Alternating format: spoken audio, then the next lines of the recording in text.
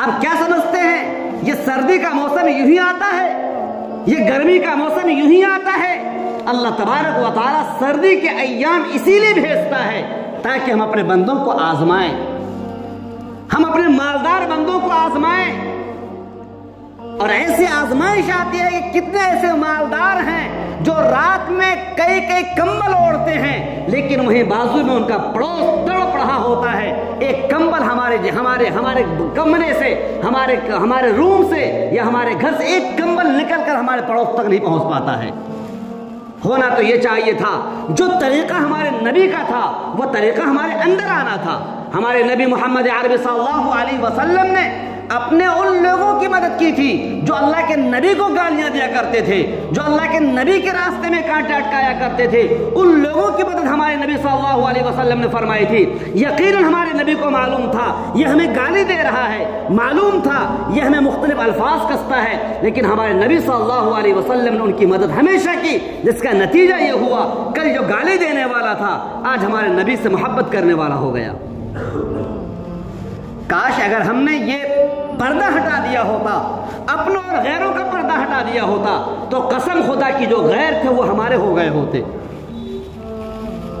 अगर हमने ये दीवार हटा दी होती, ये शंकर है या लक्ष्मण है, ये अल्लाह को मानता है या अल्लाह को नहीं मानता है, इन चीजों को हटा करके अगर हमने उनके आंसुओं को पोंछने की कोशिश की होती। ऐसा नहीं है कि सिर्फ ये यतीमी या सिर्फ ये गुर्बत, सिर्फ ये मुफलिसी मुसलमानों में पाई जा रही है।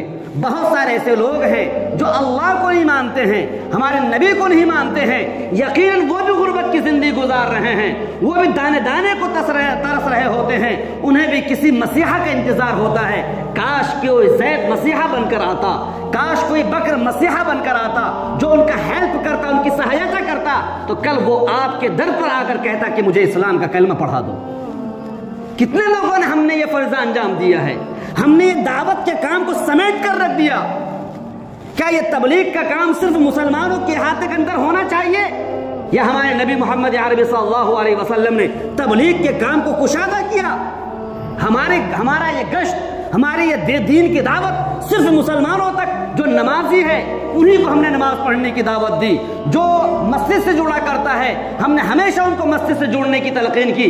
क्या कभी हमारे अंदर ये हिम्मत पैदा हुई कि वो लोग जो अल्लाह के मुनकिर हैं, वो लोग जो हमारे नबी के मुनकिर हैं, कभी भी हमने उन तक अल्लाह और उसके रसूल के पैगाम को पहुंचाने की कोशिश की? क्या ये जिम्मेदारी हमारी नहीं है? क्या क़यामत के रोज ये गैर मुस्लिम अल्लाह के दरबार में खड़े होकर नहीं पूछेंगे, नहीं सवाल करेंगे परवरदिगार कभी भी हमारे तक नहीं पहुंचने की कोशिश की? और पहुंचे भी कैसे हम इन लोगों तक? क्योंकि हमने अपने कैरेक्टर का खूबसूरत मुजाहरा कभी इनके सामने किया नहीं।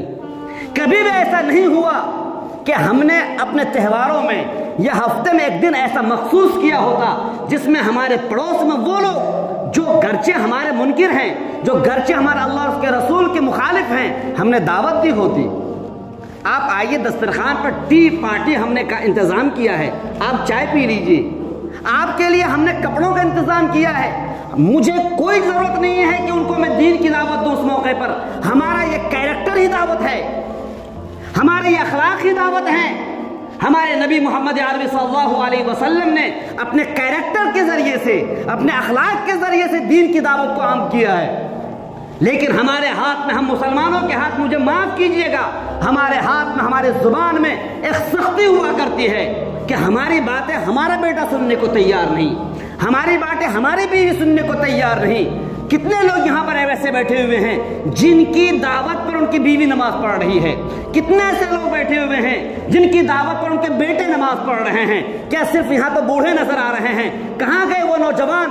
आपके बेटे नौजवान हैं, क्या आप अपने बेटों को लाते हैं नमाज पढ़ने के लिए? आपकी दावत पर कभी आते हैं वो मस्जिद? आपने हमेशा सहारा लिया मौलाना लोगों का, आपने हमेशा सहारा लिया बेचारे मुअज्जिन साहब का। मुअज्जिन साहब चलिए मेरे बेटे को समझाइए। क्या आपके आपके पास वो तरीका नहीं है? क्या आप मुसलमान नहीं हैं? क्या आप दाई नहीं हैं? क्या अल्लाह के नबी सल्लल्लाहु अलैहि वसल्लम ने ये जिम्मेदारी आपको नहीं दी है अपने बेटे को दीन की दावत दो? अगर आपकी बात आपका बेटा नहीं सुनता है, आपकी बात आपकी बीवी नहीं सुनती है, इसका मतलब यह हुआ कि आप कैरेक्टर लेस हैं, आपके अखलाक अच्छे नहीं हैं। یہ سوچنے کی بات ہے، یہ سوچنے کی بات ہے کہ آپ کی دعوت سے اگر آپ کی بیوی صحیح طور پر مسلمان نہیں ہو پا رہی ہے، آپ کی دعوت پر آپ کی بیٹی صحیح طور پر مسلمان نہیں ہو پا رہی ہے، آپ کی دعوت پر آپ کے اپنے گھر کا جو بیٹا ہے، آپ کا خون کا ایک ٹکڑا ہے، آپ کی دعوت پر مسلمان نہیں ہو پا رہا ہے، تو گھر سے باہر کس کو آپ دین کی دعوت دے رہے ہیں؟ اس کا مطلب یہ ہوا کہ ہمارے اخلاق اچھے نہیں ہیں، ہماری زبان تو ہمیشہ کوڑے برساتی ہے، ہمارا رویہ ہمیشہ کوڑے برساتا ہے کہ تم یوں کرو، تم یوں کرو۔ کبھی بھی ہم نے اپنی بیوی کو بیگم کہہ کے پکارا نہیں۔ تم نے ہم نے گھر کے اندر داخل ہو، پیر دباؤ، چائے بناؤ، اگر ہلکا سا نمک کم ہو گیا ہماری سختی شروع، ہمارے الفاظ سخت شروع ہو گئے۔ کیا آپ کی بیوی آپ کی بات مانے گی؟ کیا ہمارے نبی صلی اللہ علیہ وسلم کا یہی طریقہ تھا؟ ایک طرف ہم کہتے ہیں ہم اپنے نبی کے چاہنے والے ہیں، اور دوسری طرف ہمارے اخلاق تو ایسے ہیں کہ ہماری بیوی بھی ہم سے نفرت کرتی ہے۔ ایک طرف تو ہمارے نبی صلی اللہ علیہ وسلم کی اہلیہ حضرت عائشہ رضی اللہ تعالیٰ عنہا اپنے شوہر نامدار کا انتظار کر رہی ہیں، اور آج ہماری بیوی دعائیں کرتی ہیں ایسے شوہروں کے لیے جو شوہر ظالم ہوا کرتا ہے، اے اللہ میرے شوہر کو ہم سے ہٹا لے، اے اللہ یہ میرا شوہر میرے گھر کیوں آتا ہے، گھر سے باہر ہی کہیں چلا جائے۔ کیوں؟ کیونکہ ہمارے اخلاق اچھے نہیں ہیں۔ آپ کتنی ہی نمازیں پڑھتے رہو، آپ کی پیشانی داغدار ہو جاوے، آپ کی پیشانی پر کالا نشان پڑ جاوے، آپ مسجد والے بن جاؤ، لیکن آپ کے اخلاق اگر اچھے نہیں ہیں، آپ کی بیوی آپ سے ناراض، آپ کا بیٹا آپ سے ناراض، آپ کی بیٹی آپ سے ناراض، آپ کا معاشرہ آپ سے ناراض، آپ کا پڑوس آپ سے ناراض، تو یاد رکھیں یہ نماز آپ کے منہوں پر مار دیا جائے گا۔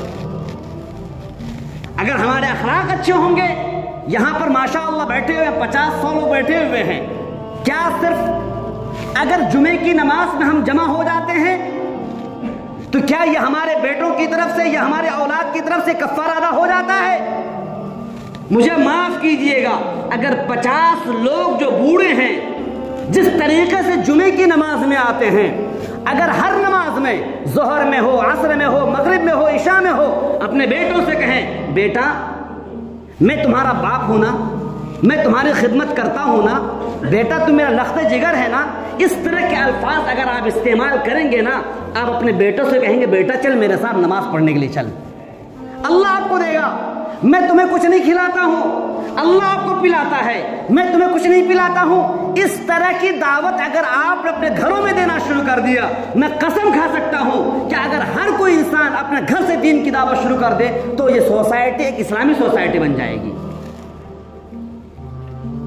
اور ہمارا یہ پیغام، ہمارا یہ میسج ان تک پہنچے گا جن کے درمیان اس وقت ہم سب سے زیادہ مبغوض سمجھے جاتے ہیں۔ لوگ تو ہمارے کیریکٹر سے اسلام سے قریب آتے، لیکن آج ہمارے کیریکٹر سے لوگ بھاگ رہے ہیں، لوگ کہہ رہے ہیں یہی اسلام ہے۔ یہ ہمیشہ میں سنتا ہوں یہ اپنے بیوی کو مار رہا ہوتا ہے، ہمیشہ ان کے گھر میں رہتا ہوں، یہ غیر مسلموں کی گواہیاں ہیں۔ مجھے معاف کیجئے گا، غیر مسلموں نے کہنا شروع کیا ہے، ہمیشہ میں ان کے بازوں میں رہتا ہوں، اپنے بیٹے کو ڈانٹ رہا ہوتا ہے، اپنے بیوی کو ڈانٹ رہا ہوتا ہے، اپنے گھر میں جو بھی بچہ ہے اس کو ڈانٹ رہا ہوتا ہے۔ کیا یہی اسلام ہے؟ میرے عزیز دوستو، وقت کم ہے، میں آپ سے التجا کرتا ہوں کہ آپ اور ہم یہ عہد کریں کہ اپنے کیریکٹر کو خوشگوار بنائیں گے، خوبصورت کیریکٹر بنائیں گے، جو ہمارے نبی محمد عربی صلی اللہ علیہ وسلم کا کیریکٹر تھا، جو ان کے اخلاق تھے، جو ان کے کردار تھے۔ سب سے بڑی دعوت یہی ہے کہ انسان خوش اخلاق بن جائے، ان کے اخلاق سے ایسی خوشبو نکلے گی جس خوشبو کا احساس آپ کے معاشرے کا مسلمان بھی کرے گا تو غیر مسلم بھی کرے گا۔ جب ان کو احساس ہوگا کہ مسلمانوں کے اخلاق تو ایسے ہیں کہ اپنی بیوی کو محترمہ، اپنی بیوی کو بیگم، اپنے بیٹے کو بیٹا کہہ کے پکار رہا ہوتا ہے، ہمیں ایسے اسلام چاہیے۔ لیکن افسوس کی بات تو یہ ہے، کتنے بچے ایسے ہیں، یتیم بچے ہیں، کتنے ایسے بچے ہیں جو غریب بچے ہیں۔ آپ میں سے مالدار ہی بیٹھے ہوئے ہیں، شادی کا موقع آتا ہے، کتنے خرچ کرتے ہیں آپ لوگ، کتنے خرچ کر لیتے ہیں، قرض لینے کی ضرورت پڑتی ہے، 5 لاکھ 10 لاکھ قرض لے کر کے خرچ کرتے ہیں۔ لیکن کیا غریب بچوں اور یتیم بچوں کی ذمہ داری